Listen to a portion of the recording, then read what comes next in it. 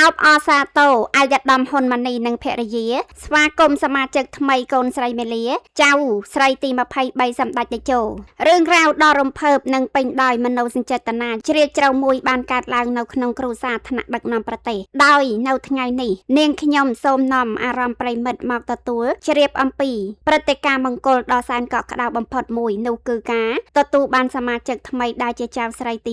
23របស់សម្ដេចអគ្គមហាសេនាធិបតីតេជោហ៊ុនសែននិងសម្ដេចគតិបណ្ឌិតប៊ុនរ៉ានីហ៊ុនសែនដែលត្រូវជាកូនស្រីបង្កើតរបស់លោកហ៊ុនម៉ាណីឧបនាយករដ្ឋមន្ត្រីនិងជារដ្ឋមន្ត្រីក្រសួងមុខងារសាធារណៈប្រិមិត្តជាទីមេត្រីនៅថ្ងៃទី22ខែសីហាឆ្នាំ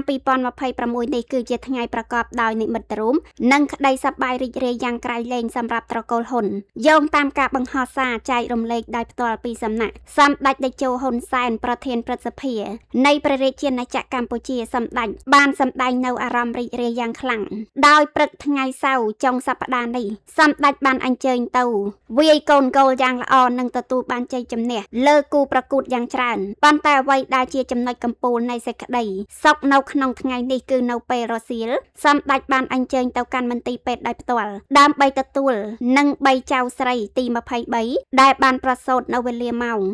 13:31 នាទីរសៀលថ្ងៃទី22ខែសីហាឆ្នាំ2026នេះសម្ដេចតេជោបានមានប្រសាសន៍បញ្ជាក់បន្ថែមទៀតអំពីទម្លាប់ដ៏អស្ចារ្យដ៏មានន័យស្ដែងចេញពីបេះដូងជាជីតាថានេះជាទម្លាប់របស់ខ្ញុំស្ទើរតែគ្រប់ចៅទាំងអស់ដែលខ្ញុំតែងតែបីចេញពីបន្ទប់សម្រាលមកបន្ទប់សម្រាលហើយបីពីមន្ទីរពេទ្យយកទៅផ្ទះសកម្មភាពនេះបានបង្ហាញយ៉ាងច្បាស់អំពីក្តីស្រឡាញ់ភាពស្និទ្ធស្នាលនិងមនោសញ្ចេតនាដ៏ជ្រាលជ្រៅដែលជីតាម្នាក់មានចំពោះចៅដោយមិនគិតពីភារកិច្ចមមាញឹកនៃកិច្ចការជាតិឡើយជាមួយគ្នានេះដែរបើក្រឡេកមកមើលខាងលោកហ៊ុនម៉ាណីឧបនាយករដ្ឋមន្ត្រីនិងជារដ្ឋមន្ត្រីក្រសួងមុខងារសាធារណៈដែលជាឪពុកបង្កើតវិញលោកបានបង្ហោះសារលើបណ្ដាញសង្គមដោយក្តីរំភើបឥតឧបមាថាថ្ងៃទី22សីហាឆ្នាំ2026វេលាម៉ោង 13:31 នាទីខ្ញុំនិងភរិយាបានស្វាគមន៍កូនស្រីដែលមានឈ្មោះហៅ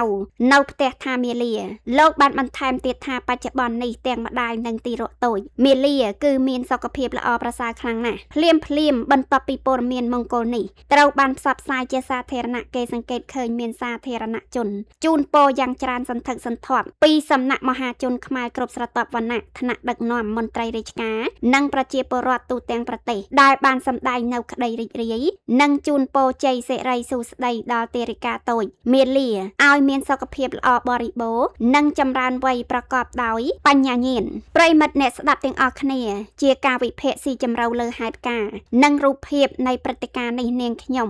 មើលឃើញថាមានចំណុចសំខាន់ចំនួន2ដែលស្ដែងចេញយ៉ាងច្បាស់និងគួរឲ្យកោតសរសើរទី1តម្លៃនៃគ្រួសារនិយមនិងមនោសញ្ចេតនាជាតិនិយមទោះបីជាសម្ដេចតេជោហ៊ុនសែនជាថ្នាក់ដឹកនាំជាន់ខ្ពស់ដែលមានភារកិច្ចមមាញឹកកម្រិតជាតិនិងអន្តរជាតិយ៉ាងណាក៏ដោយប៉ុន្តែការរក្សាបាននៅទម្លាប់3ចៅចេញពីបន្ទប់សម្រាលគឺជាស្ពានភ្ជាប់ទំនាក់ទំនងផ្លូវចិត្តយ៉ាងរឹងមាំនៅក្នុងគ្រួសារនេះជារូបភាពគំរូមួយដែលបង្ហាញថាតម្លៃនៃគ្រួសារការយកចិត្តទុកដាក់និងការផ្ដល់កក់ក្ដៅដល់សមាជិកជំនាន់ក្រោយគឺជាគ្រឹះដ៏សំខាន់បំផុតនៃសុភមង្គលទី2ភាពជិតស្និទ្ធរវាងថ្នាក់ដឹកនាំនិងប្រជាពលរដ្ឋការចែករំលែកព័ត៌មានផ្ទាល់ខ្លួនប្រកបដោយភាពស្មោះស្ម័គ្រនិងសាមញ្ញនៅលើបណ្ដាញសង្គមពីសំណាក់សម្ដេចតេជោនិងលោកហ៊ុនម៉ាណីបានបង្កើតនៅបរិយាកាសស្និទ្ធស្នាលរវាងអ្នកដឹកនាំនិងរាស្ត្រការបង្ហាញឡើងនៃសារជូនពរពីមហាជនគ្រប់ស្រទាប់វណ្ណៈមិនមែនគ្រាន់តែជាការគូសំនោះទេប៉ុន្តែជាការដែងចេញនៅមហាសមុទ្រទឹកចិត្តនិងក្តីស្រឡាញ់ដែលប្រជាពលរដ្ឋមានចំពោះគ្រួសារថ្នាក់ដឹកនាំដែលតែងតែនៅចិត្តពូគេនាងខ្ញុំម៉ារីសូមចូលរួមអបអរសាទរយ៉ាងស្មោះស្ម័គ្រចំពោះសម្ដេចតេជោសម្ដេចគតិបណ្ឌិតលោកហ៊ុនម៉ាណីនិងលោកជំទាវព្រមទាំងគ្រួសារទាំងមូលនៅក្នុងឱកាសដ៏សិរីមង្គលថ្លៃថ្លានេះសូមជូនពរឲ្យអូនតូចមាលាមានសុខភាពល្អមមួននិងចម្រើនវ័យធំធាត់ឡើងក្លាយជាទំពាំងស្នងឫស្សីដ៏ល្អសម្រាប់គ្រួសារនិងសង្គមជាតិសូមអរគុណប្រិមិត្តសម្រាប់ការតាមដានទស្សនានិងស្ដាប់នៅលើ Channel YouTube Nika Info និង Page Idol TV New កុំភ្លេចចុច Like Share និង Subscribe ដើម្បីទទួលបានព័ត៌មាននិងការវិភាគថ្មីៗជាច្រើនទៀតនាងខ្ញុំម៉ារីសូមខន្តីអភ័យទោសរាល់កំហុសឆ្គងដែលចេតនា ហើយសូមជម្រាបលានៅពេលនេះជួបគ្នានៅវីដេអូក្រោយៗ